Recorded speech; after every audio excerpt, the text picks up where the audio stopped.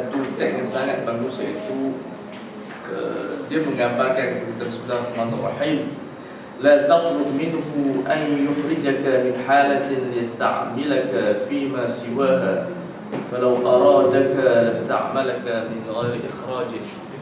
Ini satu kefahaman terhadap urusan Allah Subhanahu wa taala, yang mana kehidupan kita ni banyak yang kita nak, tetapi kehendak Allah lebih besar daripada kehendak kita. Kadang-kadang kita minta, kita ditugaskan ataupun ditakdirkan jadi seperti bin. Sekarang kita jadi apa sekarang? Dan kadang-kadang kita berputus asa untuk meneruskan kejayaan kita, lalu memohon kepada Allah, ya Allah, keluarkan aku daripada kejayaan ini. Hakikatnya, kalau Allah ingin jadikan kamu selain daripada kamu sekarang, tidak perlu meminta, nescaya Allah akan keluarkan tanpa kamu berdoa. Di sini kita kena fokus, iaitu berusaha di tempat kamu ada, bukan berusaha di tempat orang lain. Ini satu pemikiran yang sangat baik. Ramai orang dia berangan jadi seperti orang lain, tapi dia tidak pun fokus apa yang ada pada dia. So, matan ini ataupun teks ini dia menggambarkan kepada kita kepentingan fokus dalam kejayaan kita. Kalau kita sebagai contoh, kita hidup kan bersifat aqwa, iaitu bersifat orang kata apa, marhalah proses dari satu berkanak-kanak, janin. Okay, janin dia ada dia fikir nak jadi di luar janin, dia fokus dalam forma dia selama 9 bulan. Kalau dia berjaya, dia keluar lah. Kalau tak berjaya, dia ada sampai mati gugur. Bila kanak-kanak, dia punya proses macam tu, dia hanya minum susu ibu dia, dia tidak pun fokus untuk jadi orang tua. Bila peringkat ke peringkat 6-7 tahun kemudian kita tak, yang orang yang belum kahwin, dia fokus untuk menjadi orang yang belum kahwin yang terbaik. Dan dia berkahwin, dia berpindah kepada alam kahwin, dia menjadi orang yang terbaik dalam berkahwin. Kemudian dia dapat anak, seterusnya sampai dalam menjadi tuan. Maknanya kehidupan kita ni dia ada peringkat-peringkat. Kita tidak perlu kecewa di atas kedudukan kita sekarang. Contohnya aku punya doa kat barang. Okey, kita fokus untuk buat yang terbaik kat barang.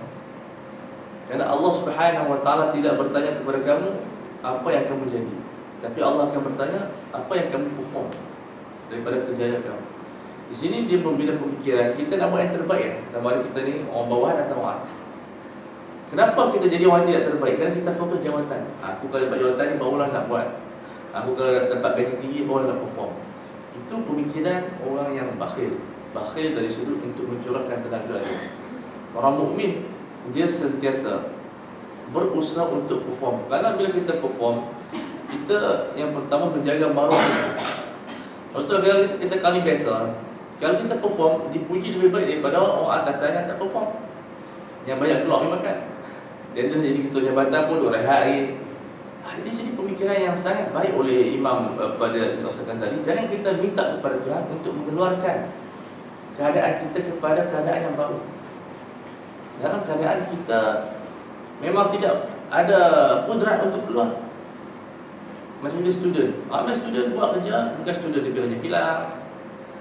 Malam time belajar dia pergi buat kerja benda lain. Di sini dia tidak fokus apa yang dia patut buat. Akhirnya dia jadi student yang gagal. Bila dia bekerja, dia buat benda lain juga. Sebab itu konsep kita sekarang ni, kita duduk di tempat yang Allah dirikan dan kita cuba bangkitkan tempat tersebut.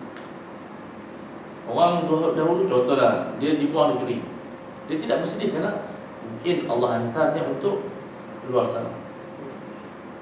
Kemudian mungkin dia ni tidak dapat dia punya, kalau doktor kata dia minta hospital di Sedang, dia dapat di Johor. Dia tidak ada bersedia, dia minta keluar dalam macam ni contohnya. Dia fokus di Johor, kerana di situlah tempat Allah utuskan dia. Dan kita tengok perjalanan hidup kita ni, banyak kita ni diutuskan oleh Allah. Siapa yang sangka kita duduk di Bangi, pejabat ada di Kajang, dan kita mungkin nampak di tempat lain, kita tengok di sini juga. Kemudian kehidupan kita ni kita merancang, tapi kita tengok Allah buat benda yang lain. Tapi kita kecewa. Bila kita kecewa, kita dah down. Jadi panggil apa? Lose, make your heart. Bila kita gagal, kita kecewa. Jadi kenapa kita dah kecewa? Ini tak. Tapi kalau Allah, dia baik mana kita, kalau Allah walau arada, kalau Allah nak keluarkan kamu daripada tempat kamu, lasta'malaka min ghairi ikhrajin. Dia tak, makna dia akan gunakan kita tanpa kita perlu keluar dari tempat tersebut. Satu hari nanti Tuhan akan pindahkan kita keluar. Tapi di sini bukanlah menafikan pemikiran merancang. Benda ini dia nak bagi kita ini hidup dengan tenang. Kita merancang sebelum terjadi, tapi dah terjadi. Yang ini satu benda yang lain. Kadang-kadang orang bila pegang macam ni, dia tak buat apa dah.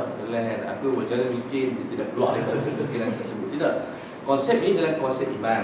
Maknanya kita bila kita tengok, kenapa aku jadi macam ni? Jadi kita mesti berusaha untuk membangunkan dunia kita. Setiap orang ada dunia dia, ada world dia. Ada dia panggil pada buku tu bagus. Sometimes you win, sometimes you lose to learn.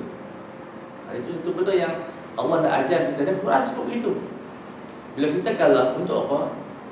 Dalam peperangan Uhud, bila kita kalah, istus'iduna fataluna ala ahli wa rasulikum fi ukhrakum fa athabakum likai la tahzanu ala ma fatakum.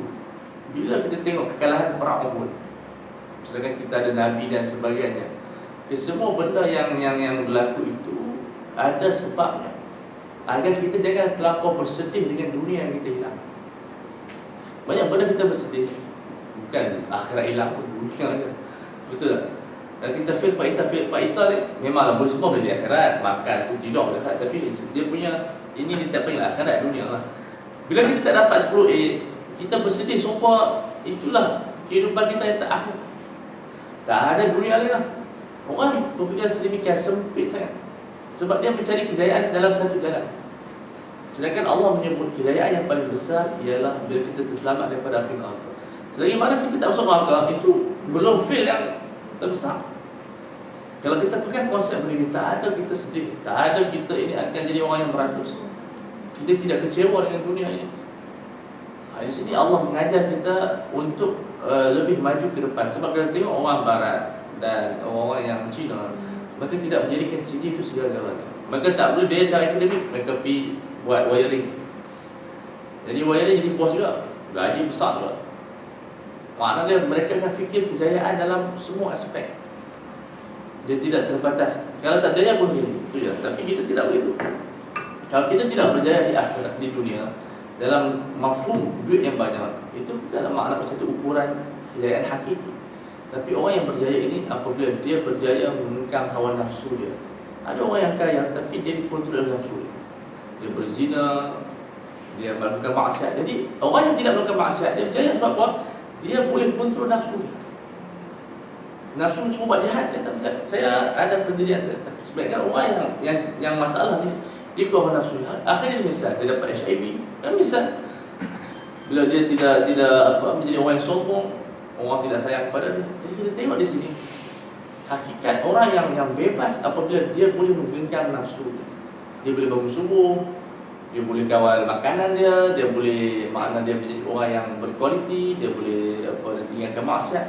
Kita tengok dia senang, tak kacau orang. Orang yang tinggalkan maksiat, dia tak kacau orang. Yalah, kalau dia berzina, dia kacau orang. Kalau dia rogol lagi dah turun. Kalau dia mencuri lagi dah, maksud dia, orang yang buat maksiat selalunya dia akan membuat masyarakat takut. Itu sebenarnya semua akan takut. Walaupun dia orang gila dikatakan, tapi kena check dulu. Cuma kita tengok di sini, maksiat dia ada kesan terhadap masyarakat, kesan yang negatif. Apa jua maksiat? Tak sembahyang, kita punya image apa ni, negara kufar kan negara Islam, masyarakat Islam kan masyarakat kufar. Tak bayar zakat, ekonomi tak bangun. Tak puasa, kita tengok keadaan yang kita katakan tidak seimbang kita punya kehidupan kita. Jadi kita tengok di sini semua benda yang Allah buat, sama ada maksiat dan juga ibadat, semuanya masalah untuk diri kita. Dan semua orang mendirikan kehidupan dia, iaitu dalam dua aspek, melakukan ketaatan dan juga meninggalkan maksiat. Dia telah membina kehidupan dia, dan dia telah membantu masyarakat yang lain. Macam masyarakat wanita, dia pakai tudung, dia kan membantu masyarakat.